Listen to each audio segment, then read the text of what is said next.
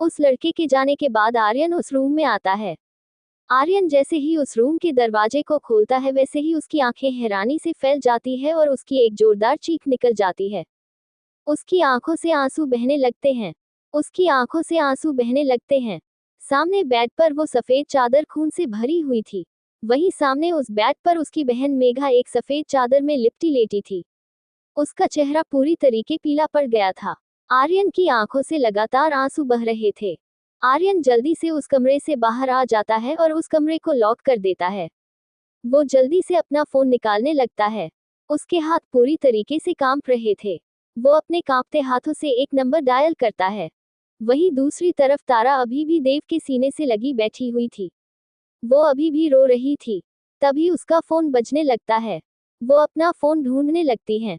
वो देव से अलग होकर बोलती है, हमारा फोन कहाँ है? वो अपने फोन को बेड पर देखने लगती है, लेकिन उसका फोन बेड पर नहीं दिखता।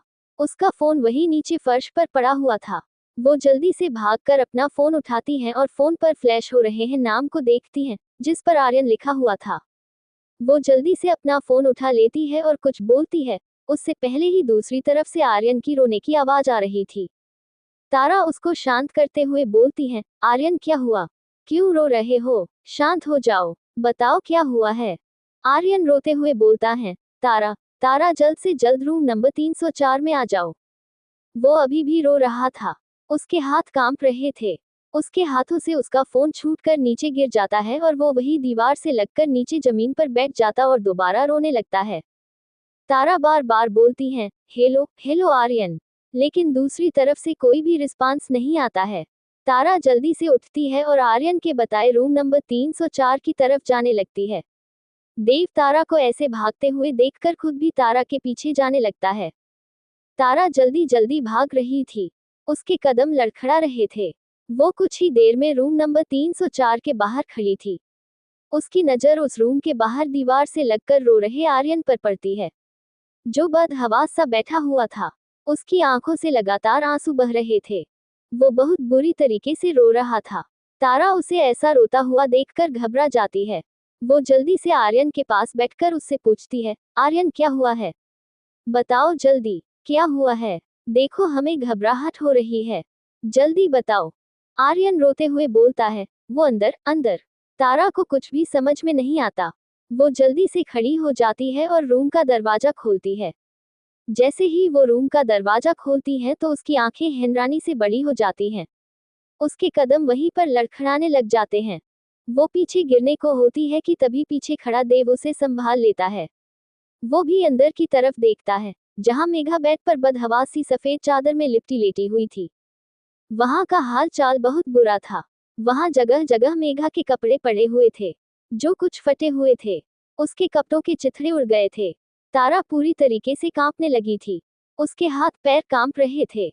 वो ढंग से खड़ी भी नहीं हो पा रही थी। उसकी आंखों से आंसू बहने लगे थे। उसे फिर से वही सब याद आने लगा था, जो उसके साथ हुआ था। आज वही सब कुछ मेघा के साथ भी हुआ था। वो खुद से ही बोलती है, क्यों क्यों तुम हमें बताकर नहीं गई? अगर तुम हमें बताकर जाती तो हम तुम्हें जाने ही नहीं देते। क्यों मेघा, क्यों गई तुम? वो बोल तो रही थी लेकिन वो अंदर से बहुत ज्यादा रो रही थी। देव उसे संभालते हुए बोलता है, जान ये रोने का वक्त नहीं है। तुम्हें खुद को संभालना होगा। तुम्हें अपनी दोस्त को भी संभालना है। उसके लिए तुम्हें स्ट्रांग होना होगा। जो उसे संभालो। देव को देखते हुए तारा गहरी सांस लेकर अपना सिर हाँ में हिला देती है। देव उस रूम के बाहर चला जाता है। तारा उस रूम को अंदर से लॉक कर देती है और अपने लड़खड़ाते कदमों से मेघा की तरह बढ़ने लगती है। उसके कदम लड़खड़ा रहे थे। उसके हाथ अभी भी कांप रहे थे। वो अपने कपड़े को अपनी मुट्ठी में भरकर मेघा की तरफ बढ़ रही थी और धीरे धीरे कदमों से चलकर मेघा के पास आकर बैठ जाती है। उससे ढंग से चला भी नहीं जा रहा था। तारा मेघा के पास आकर बैठती है। वो उसका चेहरा अपने हाथों में थाम कर उसका सिर अपनी गोद में रख लेती है। उसका चेहरा पूरी तरीके से पीला पड़ गया था। उसके होंठों से खून बह रहा था। उसके होठों पर कट लगा हुआ था। उसके होंठ पूरी तरीके से सूज गए थे। उसके गालों पर उंगलियों के निशान थे। उसे देखकर ऐसा लग रहा था कि जैसे उस इंसान ने मेघा के जबड़े को कस के दबाया हो। तारा उसके बदन से वो चादर अलग करती है। उसकी आंखें हैरानी से फैल जाती है। उसकी बॉडी पर जगह जगह काटने के निशान थे। वो पूरे निशान नील पड़ गए थे। वही उसकी पैरों के पास भी खून था। ऐसा लग रहा था जैसे किसी ने उसका खून निकाल कर बाहर पूरी बेडशीट में गिरा दिया हो। उसकी पूरी बॉडी पीली पड़ गई थी। तारा पूरी तरीके से कांपने लगी थी।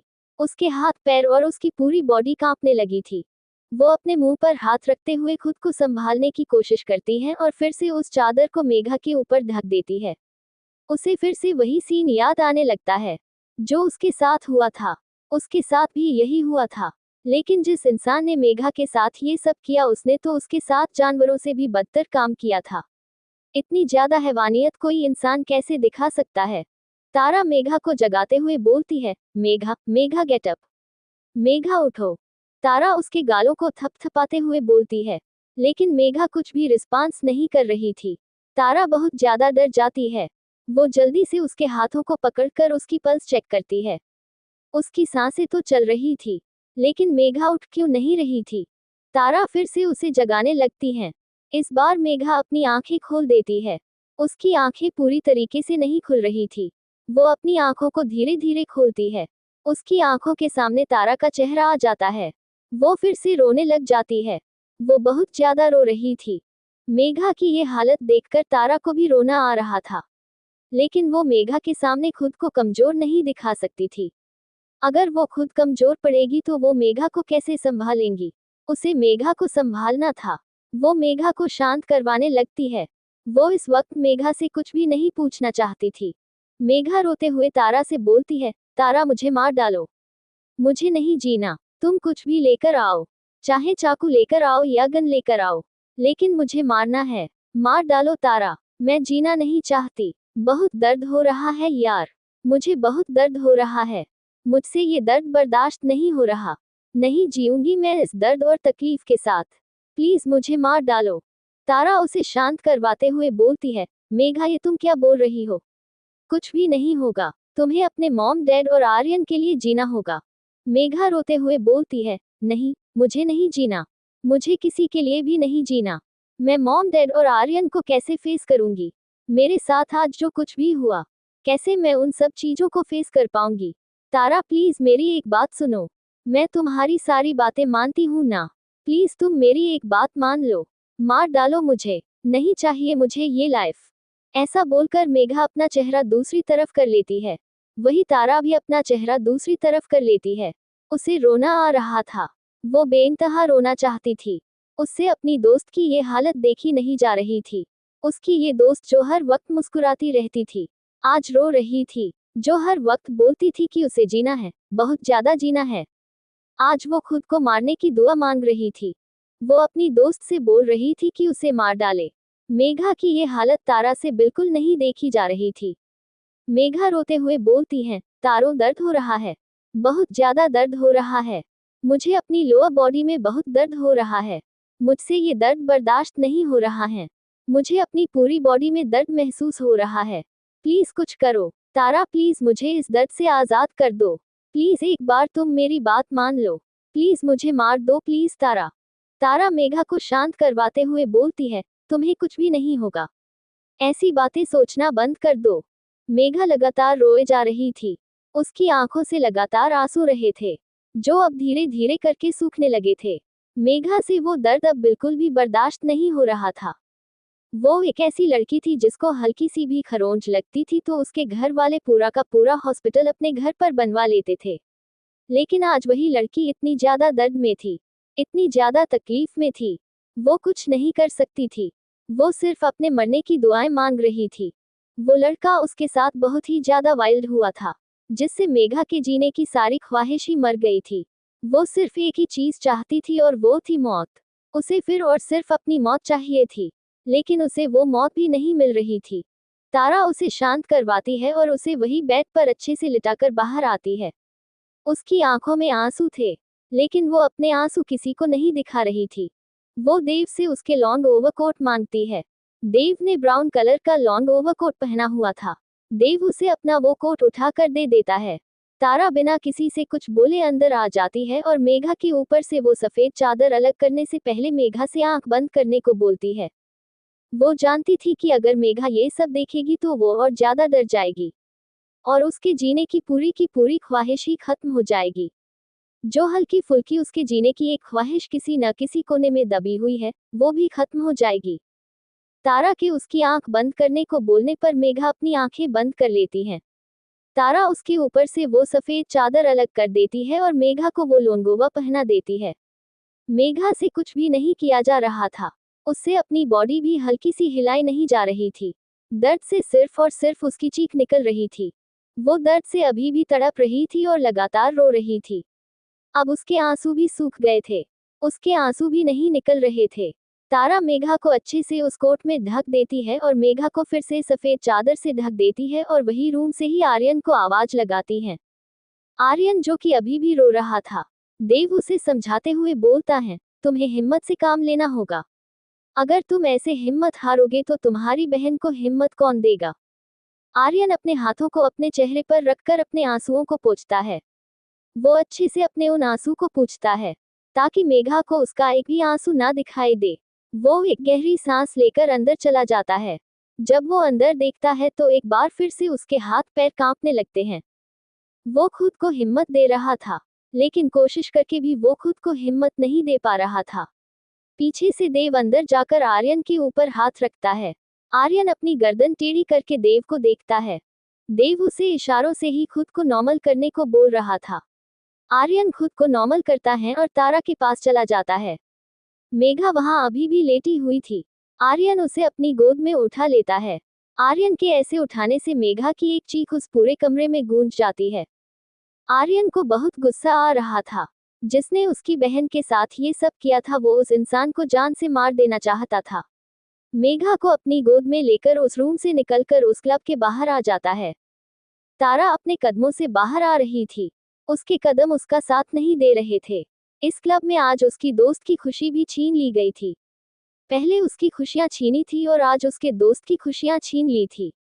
वो इस क्लब को आग लगा देना चाहती थी। इस क्लब में उसकी और उसकी दोस्त की खुशियां, उनके सपने सब छीन लिए थे। वहीं दूसरी तरफ एसआर मेंशन शौर्य किसी को फोन लगा रहा था और गुस्से में बोल रहा था, अगर हमारी बहन 1 घंटे के अंदर अंदर मेंशन वापस नहीं आई तो तुम लोगों को मैं जिंदा नहीं छोड़ूंगा। अगर हमारी बहन हमें नहीं मिली तो तुम लोग भी किसी को नहीं मिलोगे। हमारी बहन हमें ढूंढ कर लाकर दो। अर्चना परेशानी से वही हॉल में रखे सोफे पर बैठी हुई थी। वो रो रही थी क्योंकि तारा गायब थी। अर्चना जब तारा को सुबह जगाने उसके रूम में गई तो तारा वहां नहीं थी। उसने वॉशरूम भी चेक किया लेकिन वहां भी तारा नहीं थी। उसने पूरा मेंशन चेक कर लिया पर उसे तारा कहीं नहीं मिली। उसके साथ साथ शौर्य और वहां के सारे सर्वेंट्स भी तारा को ढूंढ रहे थे। शौर्य मेंशन में लगे सीसीटीवी कैमरा को चेक कर रहा था। उसमें भी तारा नहीं मिली थी। अर्चना रोते हुए शौर्य से बोलती है, भाई तारा मिल जाएगी ना? आपको पता है ना कि वो प्रेग्नेंट है। अगर उसे कुछ हो गया तो उसके बच्चा नहीं रहेगा। उसे वो बच्चा चाहिए। उस बच्चे से सभी बहुत प्यार करते हैं। प्लीज भाई कुछ करिए। तारों को ढूंढ के लाइए। हम उसके बिना नहीं रह पाएंगे। प्लीज भाई उसे ढूंढ लाइए। शौर्य अर्चना को समझाते हुए बोलता है, अर्चू वो मिल जाएगी। हमने सीसीटीवी पर देखा ना। वो कहीं गई है, लेकिन आधी रात की कहाँ गई है, ये चीज हमें समझ में नहीं आ रही। ये तो तभी पता चलेगा जब वो यहाँ आकर बताएगी। लेकिन पता नहीं वो कहाँ चली गई है। फोन भी नहीं उठा रही है। फोन भी स्विच ऑफ बता रहा है। तुम चिंता मत करो, हमने अपने आदमियों को कहा है वो उसे ढूंढ कर ला रहे हैं। तभी उनके मेंशन पर किसी की दस्तक होती है। वहां पर एक लड़की खड़ी थी और एक लड़का खड़ा था, जिसे देखकर दोनों ही हैरान हो जाते हैं। वहीं उनके पीछे एक लड़का एक लड़की को अपनी बाहों में लिए हुए खड़ा था। वो लोग थोड़े परेशान दिख रहे थे। उन सब को देखकर अर्चना और शौर्य हैरानी से देखने लगते हैं और खुद से ही बोलते हैं, ये यहाँ क्या कर रहा है? एसआर मेंशन अर्चना और शौर्य अपने सामने खड़ी तारा को देख रहे थे, जिसके साथ देव खड़ा था। वही उनके पीछे आर्यन मेघा को अपनी बाहों में लिए खड़ा था। तारा सबको इग्नोर करके आर्यन को ऊपर की तरफ ले जाने लगती है। अर्चना तारा का हाथ पकड़कर उसे देखते हुए बोलती है, बेटू ये सब क्या है? तुम आधी रात को कहाँ गई थी और अब तुम आ रही हो अपने दोस्तों के साथ? बताओ हुआ क्या है? तारा अर्चना का हाथ खुद के हाथों से अलग करते हुए बोलती है, दीदी, हम आपको बताएंगे, सब बताएंगे, पर अभी थोड़ा सा समय दीजिए प्लीज, बोलकर वो आर्यन को ऊपर ले जाने लगती है।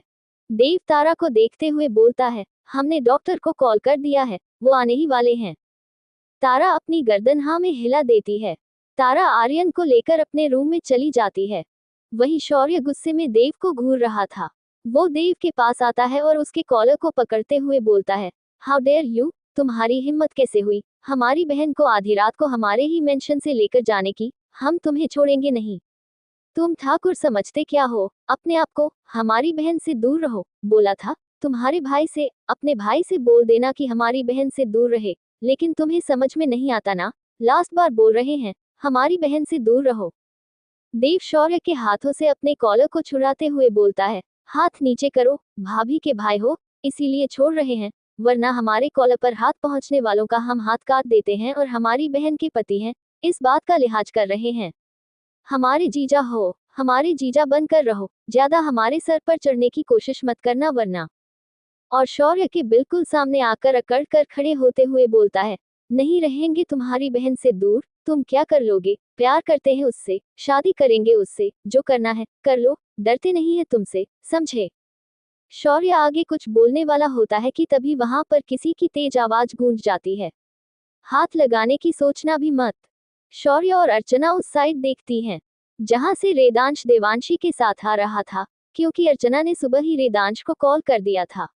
उसे तारा नहीं मिल रही थी, उसने सिर्फ यही पूछने के लिए कॉल किया था कि क्या तारा वहां पर आई है, लेकिन यहाँ रेदांश तो सुबह सुबह मुंह उठाकर उनके मेंशन ही आ गया था। रेदांश देव को अपने पीछे करके शौर्य के बिल्कुल सामने खड़े होकर बोलता है, हमारे भाई से दूर रहो, प्यार करता है तुम्हारी बहन से, इसका मतलब यह नहीं कि तुम उसका कॉलर पकड़ोगे। अगर तुमने उसको कॉलर पकड़ा तो हाथ हमारे भी हैं, हम भी तुम्हारा कॉलर पकड़ सकते हैं और तुम हमारे बारे में जानते ही हो, हम जैसे दिखते हैं वैसे बिल्कुल नहीं है। शौर्य तिरछा मुस्कुराते हुए बोलता है, हाँ, हम तो तुम्हारे बारे में अच्छे से जानते हैं, जैसे तुम दिखते हो वैसे बिल्कुल नहीं। घर वालों का असर तो आएगा ना तुम्हारे ऊपर, अपने घर वालों का। इतना बोलते हुए वह तिरछा मुस्कुराने लगता है। अर्चना आगे जाकर शौर्य को पकड़ते हुए बोलती है, भाई प्लीज शांत हो जाए, अभी हमें बिट्टू की चिंता हो रही है। वो देव को देखते हुए बोलती है, देव आप हमें अपनी भाभी मानते हैं ना। देव अपने सर को हाँ में हिला देता है, आप बताएं ना प्लीज क्या हुआ है, बिट्टू आधी रात को कहाँ गई थी और अब सुबह के वक्त आ रही है, वो भी अपने दोस्तों के साथ, उसकी दोस्त जिसकी हालत हमें कुछ ठीक नहीं लग रही है। बताएं ना देव क्या हुआ है उसके साथ, बिट्टू भी बहुत ज्यादा परेशान लग रही थी। देव एक गहरी सांस लेकर अर्चना को सब कुछ बता देता है, क्लब में जो हुआ, लेकिन वो उन्हें तारा के साथ हुई बदतमीजी वाली बात नहीं बताता, वो सिर्फ उन्हें मेघा के साथ जो चीज हुई, उसके साथ जो हुआ, वो चीज बताता है। अर्चना को देखते हुए बोलता है, भाभी मेघा का रेप हुआ है, उसकी हालत बहुत ज्यादा खराब है, हमने हॉस्पिटल फोन कर दिया है, डॉक्टर साहब आ रहे हैं, उसकी हालत कुछ भी ठीक नहीं लग रही और तारा की हालत खराब हो रही है, उसे देखकर उसे वो सब कुछ याद आता है जो उसके साथ हुआ। ये सुनकर अर्चना वही सोफे पर धम्म से बैठ जाती है, उसकी आंखों से आंसू बहने लगते हैं। वो धीरे से ऊपर बड़बड़ाते हुए बोलती है, क्यों हर लड़की को इस चीज से सफर करना पड़ता है, क्यों हर लड़का अपनी मर्दानगी दिखाने के लिए लड़की के साथ जबरदस्ती करता है। उस खाली हाल में अर्चना की आवाज साफ सुनाई दे रही थी। अर्चना ने तो ये बहुत धीरे बोली थी, लेकिन ये बात वहां खड़े हुए सब लोगों को सुनाई दे रही थी। देवांशी अर्चना के पास आकर उसे शांत करते हुए बोलती है, भाभी शांत हो जाए, और आपको तारा को भी तो संभालना है ना, शांत हो जाए। हमें पता है तारा प्रेग्नेंट है और उसके लिए इस टाइम स्ट्रेस लेना बिल्कुल भी ठीक नहीं है, हमें देव ने बताया था कि डॉक्टर ने उसे स्ट्रेस लेने के लिए मना किया है, आप उसे संभालिए। अर्चना अपनी गर्दन हाँ में हिलाती है और वहां से ऊपर की तरफ चली जाती है। देवांशी के कानों में अर्चना के कहे शब्द गूंज रहे थे। वो खुद से ही बोलती है, भाभी ने बिल्कुल ठीक कहा, हर मर्द अपनी मर्दानगी दिखाने के लिए, हम लड़कियों को ऐसे ही टॉर्चर करते हैं, हमारे साथ जबरदस्ती करते हैं और इसे ही अपने प्यार का नाम बोलते हैं। उसकी आंखें नम थी और शौर्य उसकी नम आंखों को देख पा रहा था, लेकिन वो अभी इस चीज को इग्नोर कर देता है। उसे अभी सबसे ज्यादा चिंता अपनी बहन की हो रही थी। तारा उसकी सगी बहन नहीं थी, लेकिन उसने अर्चना की तरह ही अपनी सगी बहन की तरह ही माना था। उनकी बहन थी, लेकिन तारा उन लोगों की बेटी के समान थी। जहां अर्चना बचपन से भरी पड़ी थी ठाकुरों से बदला लेने के लिए, अर्चना ने अपना बचपन एक गांव में बिताया। वो बचपन से जहां उस गंदगी से दूर रखा जाता था, वही वो गंदगी मिट्टी में रही। उसने उस छोटे से गांव में रहना सीखा। पहले उसे थोड़ी परेशानी हुई थी, लेकिन बाद में वो बिल्कुल अच्छे से रहने लगी। वो धीरे धीरे वहां के रहन सहन में ढल गई। तारा के माँ बाप अर्चना के माँ बाप के घर में काम करते थे, इसीलिए अर्चना ने बचपन से ही तारा को अपनी बहन की तरह ही माना था। तारा भी कभी कभी अपनी मम्मी पापा के साथ उनके यहाँ आई थी। वो अर्चना से छोटी थी। अर्चना उसके साथ खेलती थी, उसे अपने खिलौने भी देती थी। इसीलिए उन लोगों ने अर्चना को अपने साथ रखा, उस पाला बड़ा किया और उनके लिए उन्होंने इतना सब कुछ किया। शौर्य उनका एहसानमंद था। हमेशा से वो तारा को बिल्कुल अपनी बहन की तरह मानता था। उसके दर्द से उसे भी दर्द होता था, उसकी खुशी से उसे खुशी मिलती थी। आज उसकी बहन दर्द में थी, जिससे उसे भी दर्द हो रहा था।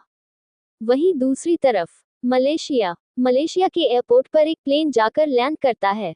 उसमें से एक बहुत ही हैंडसम और अच्छी पर्सनैलिटी वाला लड़का निकलता है। उसकी ऑरा खतरनाक था। उसके चेहरे पर कोई भी स्माइल नहीं थी। उसने अपनी आंखों पर शेड चढ़ा रखे थे, जिससे उसकी आंखों को कलर तो नहीं दिख रहा था। उसका चेहरा बिल्कुल एक्सप्रेशन लेस था।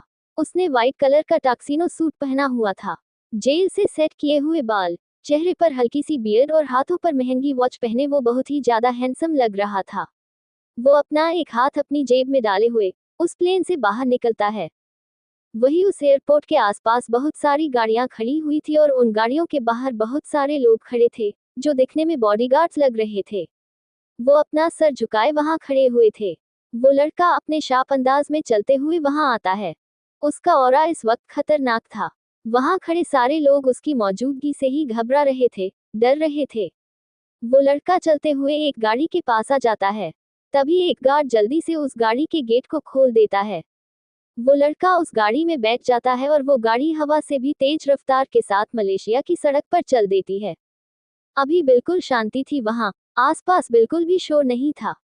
वो गाड़ियां तेज रफ्तार के साथ उन सड़कों पर दौड़ने लगती है। उस लड़के की गाड़ी के पीछे 4-5 गाड़ियां थी और 4-5 गाड़ियां उस लड़के की गाड़ी के आगे थी। वो उन गाड़ियों से घिरा हुआ था। थोड़ी देर बाद मलेशिया की सड़कों पर उन ठंडी ठंडी हवाओं को चीरती हुई उसकी गाड़ी एक होटल के पास आकर रुकती है। वो होटल बहुत ही ज्यादा लग्जरियस था। वहां दुनिया के सबसे बड़े रईस आकर रुकते थे। वो इस होटल में रुकते थे। वो होटल दिखने में बाहर से कांच का था और अंदर से वहां पर ज्यादातर चीज सारी कांच की ही बनी हुई थी। वहां की लिफ्ट भी कांच की थी। वो लड़का अपनी कार से बाहर निकलता है। बाहर कुछ लोग उसको वेलकम करने के लिए खड़े थे, जो कि इस होटल के थे। वो लड़का अपनी जेब में अपने दोनों हाथ डालकर आगे की तरफ बढ़ जाता है। तभी उस होटल का मैनेजर एक बुके लेकर उस लड़के के सामने आकर बोलता है, welcome to our country mister Malang, और बुके उसके आगे कर देता है। मलंग अपने बगल में खड़े अपने असिस्टेंट जॉन से बोलता है, जॉन टेक इट। जॉन अपने हाथ आगे बढ़ाकर उस बुके को उस मैनेजर से ले लेता है। मलंग बिना किसी से बात किए सीधे होटल के अंदर चला जाता है और वो लिफ्ट के अंदर चला जाता है। उसका रूम पहले से ही रेडी कर दिया गया था। मलेशिया की हर गली में, हर घर में, हर जगह सिर्फ एक ही बात हो रही थी। इंडिया के सबसे बड़े रॉकस्टार मिस्टर मलंग, जिनके सरनेम का आज तक किसी को भी पता नहीं था, वो आज मलेशिया है और मलेशिया में उनका एक बहुत बड़ा कॉन्सर्ट है, जिसके लिए सारी लड़कियां क्रेजी हो रखी थी। लड़कियां मलंग की बहुत बड़ी फैन थी और कुछ लड़कियां तो इतनी क्रेजी फन थी मलंग की। मलंग सीधे लिफ्ट में चला जाता है। वहीं उसका असिस्टेंट जॉन भी उस लिफ्ट के अंदर चला जाता है। थोड़ी देर बाद उनकी वो लिफ्ट 20 फ्लोर पर आकर रुकती है। मलंग बिना किसी से कुछ बोले सीधे वहां बने साइड के रूम में चला जाता है। वो रूम उसका ही था। उस रूम को खोलते ही उस रूम के बीच में एक टेबल रखी थी, जिसमें शैंपियन की बोतल रखी थी। मलंग सीधे जाकर शैंपियन खोलकर ग्लास में डालकर पीने लगता है। वो कुछ सोचने लगता है। वो कुछ सोच रहा था। उसकी आंखों के सामने कुछ चल रहा था, जिसे वो झटक देता है और दोबारा से ड्रिंक करने लगता है। ये ड्रिंक ही उसका सब कुछ थी। ये ड्रिंक ही उसकी खुशियां थी, उसकी गम थी, उसका सब कुछ थी। वो उसे शैंपियन की बोतल को पूरी खाली करने के बाद उस रूम में अटैच स्विमिंग पूल की तरफ बढ़ जाता है। वो उस स्विमिंग पूल को देखता है, जिसका पानी दिखने में तो ठंड लग रहा था। वो अपने कपड़े उतार कर स्विमिंग पूल के अंदर चला जाता है और स्विमिंग करने लगता है। उसकी वो हॉट बॉडी स्विमिंग पूल के ठंडे पानी में और भी ज्यादा हॉट लग रही थी। बालों से उसके पानी टपक रहा था। वो पुल के पीछे खड़ा हो जाता है और अपने बालों को झटकने लगता है। वो अपना एक हाथ अपने बालों में रखकर अपने बालों को झटक रहा था, जिससे पानी इधर उधर गिर रहा था। उसके सीने से वो पानी की बूंदें फिसल रही थी, जो इस पुल के पानी में दोबारा जा रही थी। वो दिखने में बहुत ही ज्यादा सेक्सी और अट्रैक्टिव लग रहा था।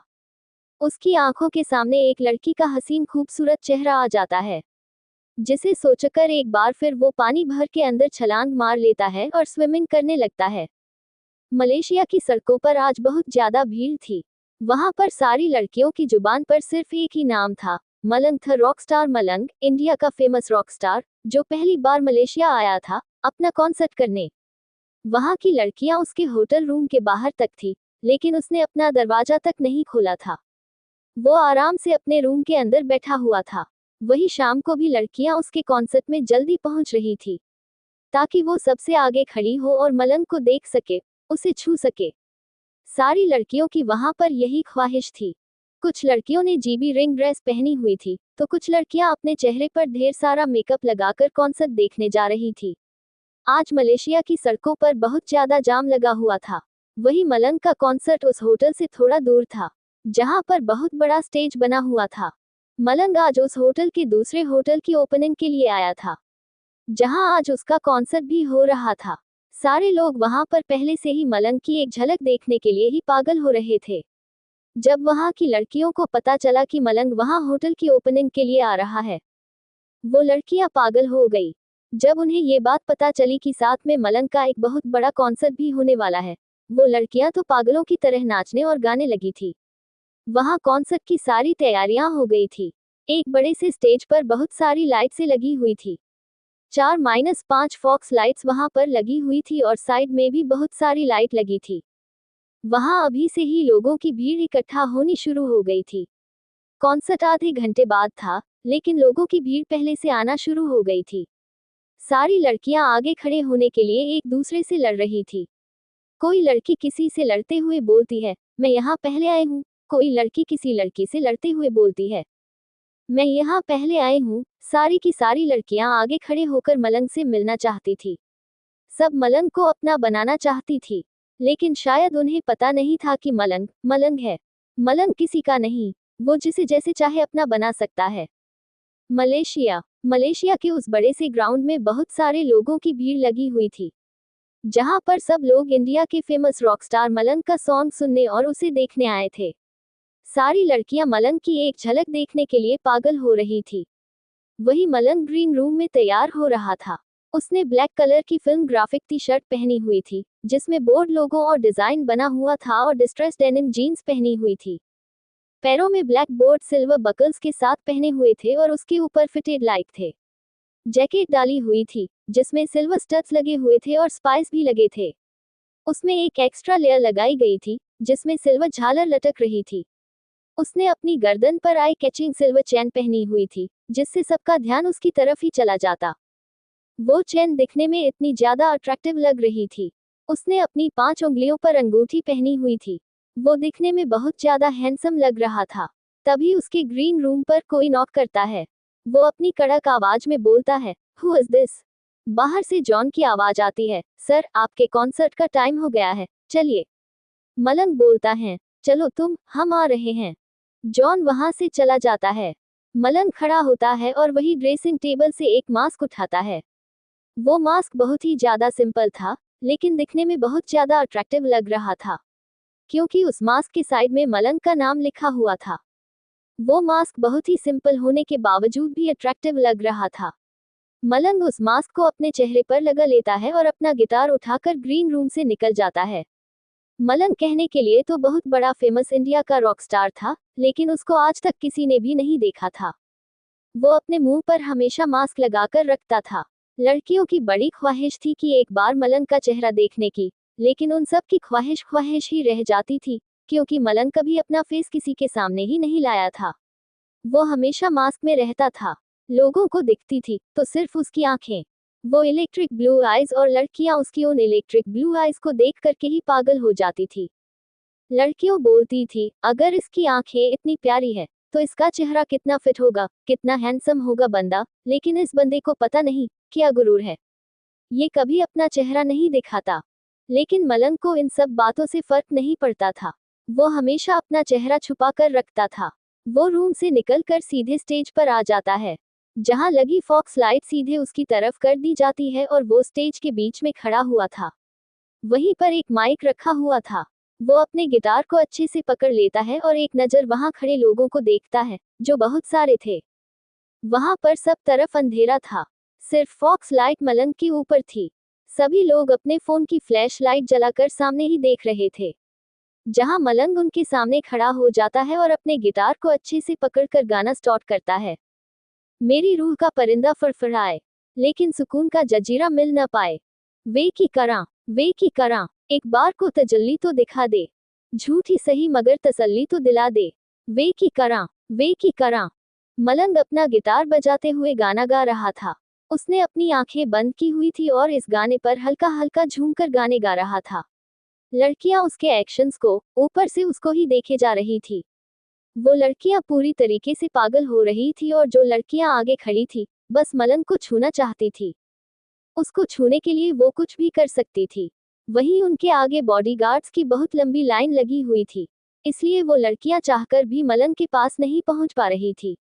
मलंग आगे गाता है, रांझा दे यार बुल्लिया, सुन ले पुकार बुल्लिया, तू ही तो यार बुल्लिया, मुर्शिद मेरा, तेरा मुकाम कमले, सरहद के पार बुल्लिया, परवरदिगार बुल्लिया, हाफिज तेरा, मुर्शिद मेरा, सुन ले पुकार बुल्लिया, तू ही तो यार बुल्लिया, मुर्शिद मेरा, तेरा मुकाम कमले, सरहद के पार बुल्लिया, परवरदिगार बुल्लिया, हाफिज तेरा, मुर्शिद मेरा। मलंग अब गिटार छोड़कर उस माइक को पकड़ लेता है और झूमते हुए गाने लगता है। उस माइक को थोड़ा टेढ़ा करके खुद भी थोड़ा टेढ़ा हो जाता है और झूमते हुए गाने लगता है। वो बार बार उस माइक को हिला रहा था और खुद भी हिल रहा था। वही सारे लोग अपने अपने फोन की फ्लैश जलाकर अपने हाथों को हिला रहे थे और मलंग के साथ लिरिक्स पर लिरिक्स मिलाते हुए गा रहे थे। वहां लड़कियां तो क्या, लड़के भी थे। लड़के भी मलंग के बहुत बड़े फैन थे, क्योंकि मलंग का ड्रेसिंग स्टाइल, उसका बोलने का तरीका, उसका चलने का तरीका, उसका हर स्टाइल एक यूनिक होता था। उसके स्टाइल पर लड़कियों के साथ साथ लड़के भी मरते थे। रांझा दे यार बुल्लिया, मैं ताव गुल से लिपटी, तितली की तरह मुजाहिर हूँ, एक पल को ठहरूं, पल में उड़ जाऊं, वे मैं ता हूँ पगडंडी, लबदी है जो राह जन्नत की, तू मुड़े जहां मैं मुड़ जाऊं, तेरे कारवां में शामिल होना चाहूं, कमियां तराश के मैं काबिल होना चाहूं। वे की करा। वो अपनी आंखें बंद करके फिर सीधा खड़ा होकर अपना गिटार बजाते हुए गाने लगता है। उसने अपनी आंखें बंद की हुई थी। उसकी आंखों के सामने एक लड़की का चेहरा आ जाता है। उसकी आंखों में आंसू थे। उस लड़की को चेहरा आते ही मलंग एकदम से अपनी आंखें खोल लेता है। उसकी आंखें थोड़ी लाल हो गई थी। उसकी वो इलेक्ट्रिक ब्लू आइज के कोने हल्के हल्के लाल हो गए थे। वो फिर भी अपना गाना गाना जारी रखता है। रांझा दे यार बुल्लिया, सुन ले पुकार बुल्लिया, तू ही तो यार बुल्लिया, मुर्शिद मेरा, तेरा मुकाम कमले, सरहद के पार बुल्लिया, परवरदिगार बुल्लिया, हाफिज तेरा, मुर्शिद मेरा। रांझना वे, जिस दिन से आशना से दो अजनबी हुए हैं, तन्हाइयों के लम्हे सब मुल्तवी हुए हैं, क्यों ना आज मैं मोहब्बत फिर एक बार करना चाहूं। हाँ, वह सामने देखता है, जहां पर सिर्फ टॉर्च ही टॉर्च जल रही थी। लोगों के फोन की टॉर्च की ही रोशनी थी वहां पर। सब लोग अपनी टॉर्च जलाकर सिर्फ मलंग को ही देख रहे थे और अपने हाथों को हिला रहे थे। वही उस स्टेज की सारी लाइट का फोकस सिर्फ मलंग के ऊपर था। एक बार फिर मलंग अपनी आंखें बंद कर लेता है और गाना गाता है। उसे अपने कानों में सिर्फ एक ही आवाज गूंजती हुई सुनाई देती है। एक लड़की, जो चिल्लाते हुए बोल रही थी, तुम कभी खुश नहीं रहोगे, तुम हमेशा दुखी रहोगे, तुम्हारे हिस्से में कभी भी खुशियां नहीं आएंगी, तुम्हारे हिस्से में सिर्फ गम ही गम आएगा। तुम्हें कभी कोई लड़की पसंद नहीं करेगी, हर लड़की सिर्फ और सिर्फ तुमसे नफरत करेगी, तुम्हारे इस चेहरे से नफरत करेगी, तुमसे कभी कोई लड़की प्यार नहीं करेगी। तुम्हें कभी किसी लड़की से प्यार नहीं मिलेगा। मलंग की स्पीड गिटार पर तेज हो जाती है। ये दिल तो ढूंढता है इनकार के बहाने, लेकिन ये जिस्म कोई पाबंदियां ना माने। मिलके तुझे बगावत, खुद से ही यार करना चाहूं। मुझमें अगन है बाकी आजमा ले कर रही हूं खुद को मैं तेरे हवाले। वे रांझना, रांझा दे यार बुल लिया, सुन ले पुकार बुल लिया, तू ही तो यार बुल लिया। मुर्शिद मेरा, तेरा मुकाम कमले, सरहद के पार बुल लिया, परवरदिगार बुल लिया, हाफिज तेरा, मुर्शिद मेरा। मलंग अपना गिटार बजाना बंद कर देता है और उस माइक को माइक स्टैंड से निकाल कर अपने हाथ में पकड़ लेता है और पूरे स्टेज पर झूमते हुए गाना गाते हुए उस पूरे स्टेज पर घूम रहा था और घूमते हुए उस गाने को गा रहा था। वही सारे लोग अपने फोन की टॉर्च जलाए हुए थे। उसी हाथ को मूव करते हुए मलंग के साथ लिरिक्स मैच करते हुए गा रहे थे। रांझा दे यार बुल लिया, सुन ले पुकार बुल लिया, तू ही तो यार बुल लिया। मुर्शिद मेरा, तेरा मुकाम कमले, सरहद के पार बुल लिया, परवरदिगार बुल लिया, हाफिज तेरा, मुर्शिद मेरा। मुर्शिद मेरा, मुर्शिद मेरा। गाना खत्म होता है और मलंग गहरी सांस लेता है। तभी जितने लोग थे सब चिल्लाने लगते हैं, वंस मोर, वंस मोर। मलंग आगे कुछ बोलने को होता है कि तभी पीछे से कोई आ जाता है, जो कि मलंग का असिस्टेंट ही था। वो मलंग के कान में कुछ बोलता है, जिसे सुनकर मलंग की आंखें सर्द लाल हो जाती है और वो जल्दी से भागता हुआ उस स्टेज से नीचे उतरता है। वहां सब लोग खड़े हुए थे। मलंग को ऐसे देखकर किसी को कुछ भी नहीं समझ में आ रहा था। मलंग को ऐसे स्टेज से उतरता देखकर उसके वहां खड़े गार्ड सारे अलर्ट हो जाते हैं। उन्हें पहले ही इंस्ट्रक्शंस दे दिए गए थे। वो वहां खड़ी उनको हटाने लगते हैं और मलंग वहां से फिर से जाने लगता है। सारे गार्ड्स उन लोगों को मलंग से काफी दूर कर दिया था, ताकि मलंग के पास कोई भी ना आ सके। मलंग जल्दी से भागता हुआ जाता है और अपने ब्लैक कलर के जेट में बैठ जाता है, जो तब से वहीं पर खड़ी थी।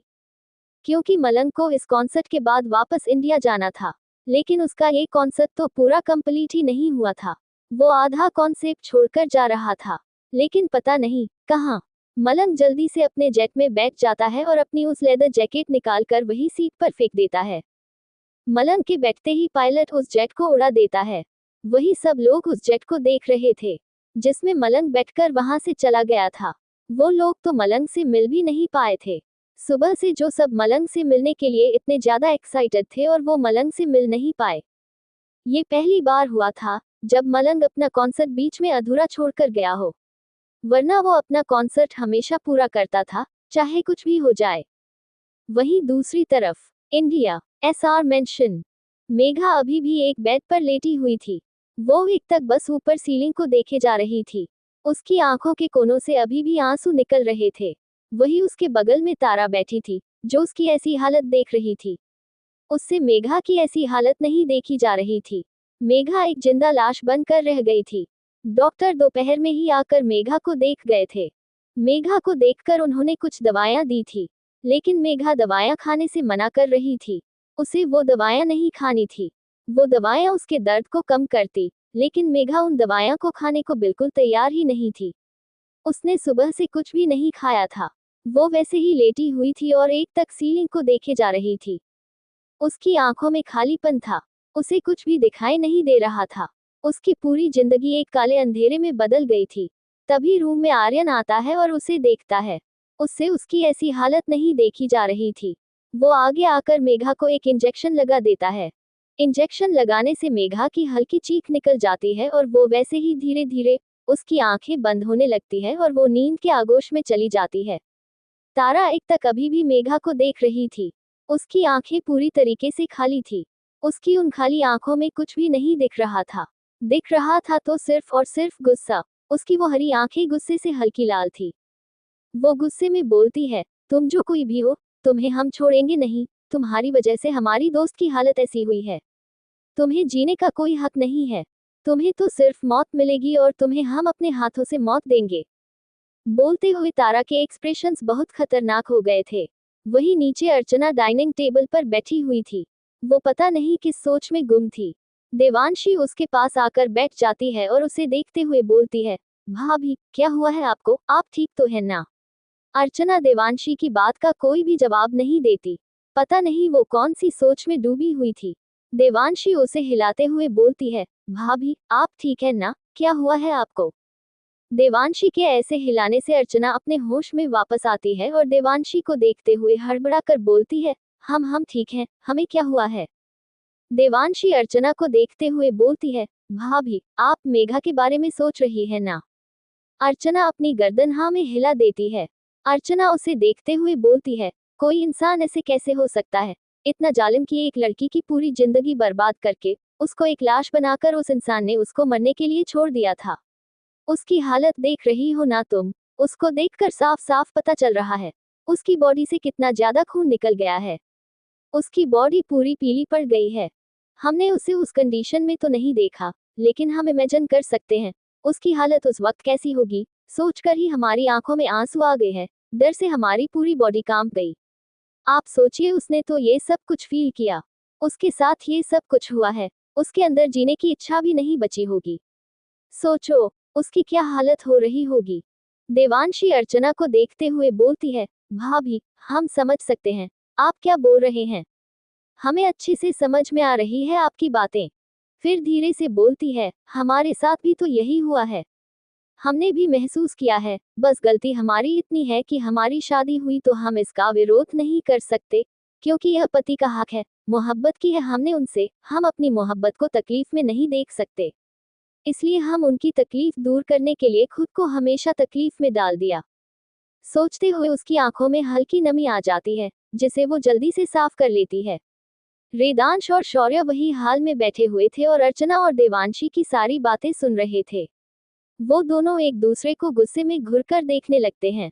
दोनों ही जानते थे कि दोनों ने ही गलत किया है अपनी अपनी बीवियों के साथ, लेकिन इस चीज का उनके अंदर बिल्कुल भी गिल्ट पहले तक नहीं था, लेकिन अब थोड़ा सा गिल्ट था उनके अंदर। जब उन्होंने मेघा को इस हालत में देखा तो वो फिर सोच में पड़ गए कि ये सब दोनों ने अपनी बीवी के साथ भी किया था ना, और साथ ये सब करने के बाद वो उन्हें देखते तक नहीं थे।